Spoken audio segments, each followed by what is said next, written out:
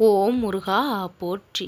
என் அன்பு குழந்தையே, பல வெற்றிகளை உன்னிடம் கொண்டு வந்து சேர்ப்பதற்காக இன்றைய தினத்தில் மிகவும் சக்தி வாய்ந்த ஒரு உன்னதமான புனிதமான எண்ணெய், தெய்வீகமான எண்ணெய் உன்னை தேடி அனுப்பி வைத்தேன். அந்த எண்ணெய் இக்கணம் தொட்டு நீ உள்வந்து விட்டாய்.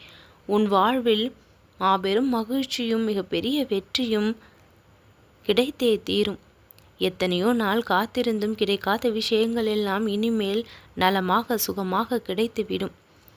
நாளையே நீ எதிர்பார்த்த பதில் எதிர்பார்த்த இடத்திலிருந்து வந்து சேரும்.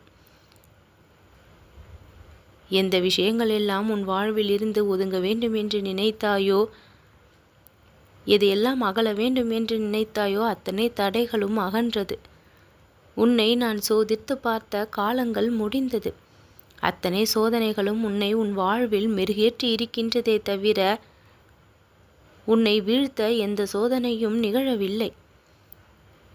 நீ நன்றாக வாழ்வதற்காக இறைவன் கொடுக்கின்ற ஒரு பரீட்சை தான் இந்த சோதனை. அதில் நீ நல்லபடியாக வெற்றியே பெற்றிருக்கின்றாய்.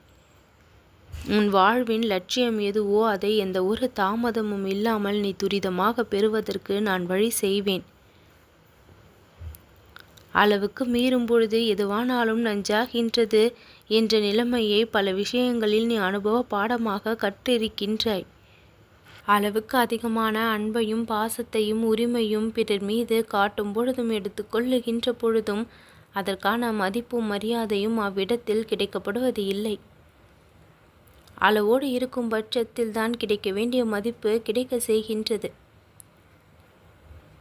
உன் வாழ்விற்கான பாதுகாப்பாக நான் இருக்கின்றேன். உன்னுடைய அன்பை அவர்கள் புரிந்து கொள்ளும்படி மாற்றத்தை கொண்டு வருவேன்.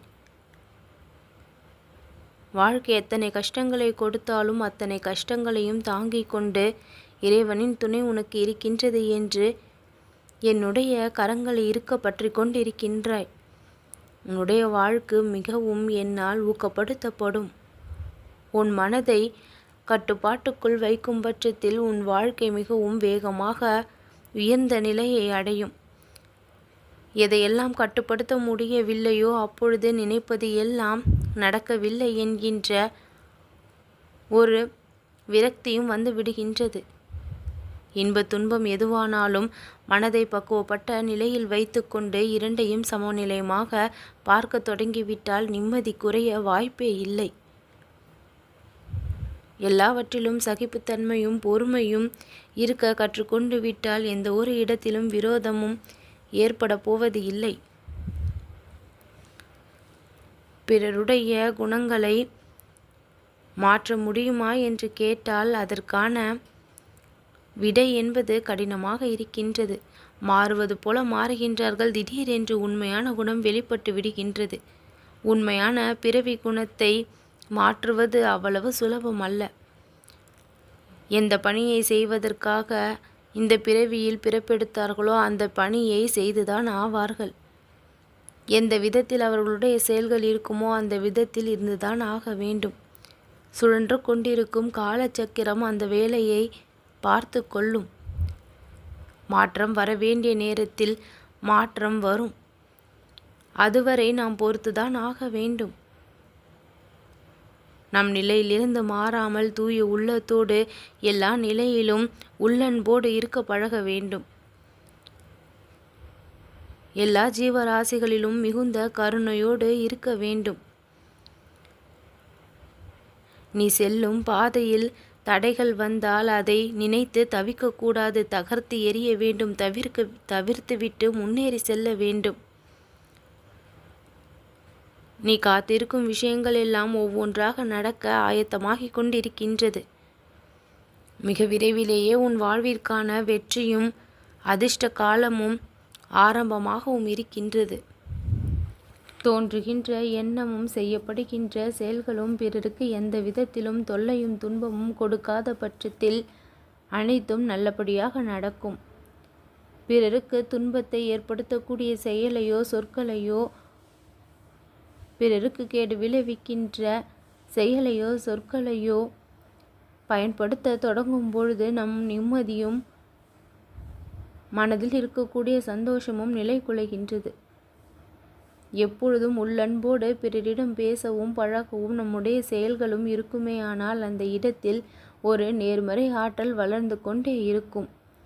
அது பிறரிடத்திலும் பரவி உன்னை எந்நேரமும் மகிழ்ச்சியான நிலையில் இருக்க வைக்கும்.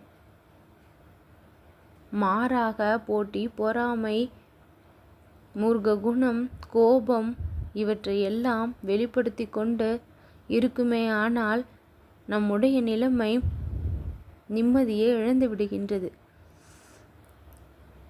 நிம்மதியில்லாத வாழ்க்கையை வாழ்ந்து கொண்டிருக்குமே ஆனால் அதற்கு நம்முடைய எண்ணங்களும் செயல்களும் தான் காரணமாக அமையவும் செய்கின்றது. இவை இரண்டிலும் நமக்குள்ளேயே மாற்றத்தை ஏற்படுத்தி கொள்வோமே ஆனால் நிம்மதிக்கும் மகிழ்ச்சிக்கும் அது வித்திடும். இன்னும் ஒரு சில நொடிகளிலேயே என்னுடைய அற்புதங்களை முழுமையாக நீ உணரப் போகின்றாய். இந்த முருகன் நான் உனக்கு சந்தோஷமாக கூறுகின்றேன். இந்த வாழ்க்கை நீ ஏன் நினைத்து பார்க்காத அளவிற்கு மிகவும் ஆச்சரியத்தை கொண்டு வந்து சேர்க்கும். அச்சப்படுகின்ற அளவிற்கு இருந்த நாட்கள் எல்லாம் வியப்படையக்கூடிய அளவிற்கு உனக்கு சந்தோஷத்தை கொடுக்கக்கூடியதாக மாறும். குழப்பத்தை ஏற்படுத்திய அனைத்து சிக்கல்களும் தீர்ந்தது. யதார்த்தத்தை புரிந்து கொண்டு வாழ்க்கையை வாழத் தொடங்குவோமே ஆனால் எந்த ஒரு சிக்கலும் ஏற்படாது. வாழ்க்கைக்கு மிகச்சிறந்த வழி அதுதான். நிம்மதிக்கும் அதுதான் ஒரே வழி. மனதை போட்டு அதிக அளவில் குழப்பிக்கொள்ளாமல் எல்லோரிடமும் உண்மையான உள்ளன்போடு நடந்து கொள்வோமே ஆனால் சகிப்புத்தன்மையையும் பொறுமையையும் வளர்த்து கொள்வோமே ஆனால் அந்த இடத்தில் நிம்மதிக்கு வழி பிறந்துவிடும். வாழ்க்கை என்பது இறைவனால் கொடுக்கப்பட்டது. அது நிரந்தரமில்லாதது. கஷ்டங்களும் சந்தோஷங்களும் மாறி மாறி வந்து கொண்டிருக்கக்கூடியது. கஷ்டத்தை நினைத்து பெரிய அளவில் வருத்தப்படாமல் சந்தோஷத்தை பெரிய அளவில் கொண்டாடாமல் இரண்டையும் ஒரே மனப்பக்குவத்தோடு பார்த்து வாழ்க்கையை வழிநடத்தினால் மனதிற்கு நிம்மதியும் அமைதியும் கிடைக்கும். உன்னை சுற்றி நடக்கின்ற நிகழ்வுகள் எது நடந்தாலும் அது இறைவனுடைய ஆசீர்வாதமாக நினைத்து அதை திருப்தியாக ஏற்றுக்கொள்ள வேண்டும். எதிர்மறையான விஷயங்களை பற்றி அதிக அளவில் சிந்திக்காமல் நேர்மறையான கண்ணோட்டத்தையும் முன்னோட்டத்தையும் வைத்து ஒவ்வொரு நாளையும் கடந்து செல்ல வேண்டும். என்ன நடந்தாலும் அது உனக்கு நன்மையை கொடுக்கக்கூடியது என்று உறுதியாக நம்பும் பட்சத்தில் வாழ்க்கையின் மீது வெறுப்பு ஏற்படாது.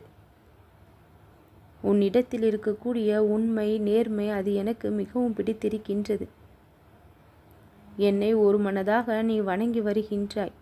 உன் வாழ்வில் எல்லா சந்தோஷங்களையும் கொண்டு வந்து சேர்க்க நான் தயாராகி விட்டேன். அத்தனை நன்மைகளும் இனி உன் வாழ்வில் உனக்கு கிடைக்கும். நல்லது நடக்கும்.